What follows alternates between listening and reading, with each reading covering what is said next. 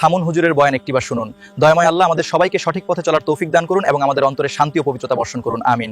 আপনাদের যার মোটরসাইকেল আছে, আপনি টাঙ্কি ফিল আপ করে, আপনাদের চিনি না, আপনি বাড়িতে আসেন, আইসা ওই টাঙ্কির তেলগুলো আপনি আবার আলাদা একটা পট বা যে কোনো কিছুতে রাখে, রাইক এখন হয়ে গেলে তো চিনবে, আরেকজনে পাঠায়, কয় ভাই তুই যা, ভাতিজা তুই যা।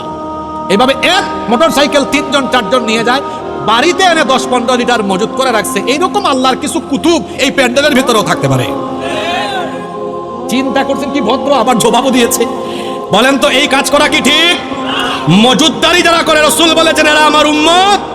আমার ড্রাইভার আমার পাশে আছে, সে আমাকে রমজান মাস থেকে বলে, স্যার কিছু তেল চলেন বাসার মধ্যে 15-20-30 লিটার রেখে দেই। আমি বললাম কেন? যদি শেষ হয়ে যায়। আমি বললাম তোমার কথা মানলাম, নিলাম, পরে যদি আবার শেষ হয়ে যায় আমি এটা করতে পারবো না। যদি তেল বা অক্টেন ফুরিয়েও যায়, সবার যে গতি আমারও সেই। ভিডিওটি আপনাদের কেমন লেগেছে মতামত জানাবেন।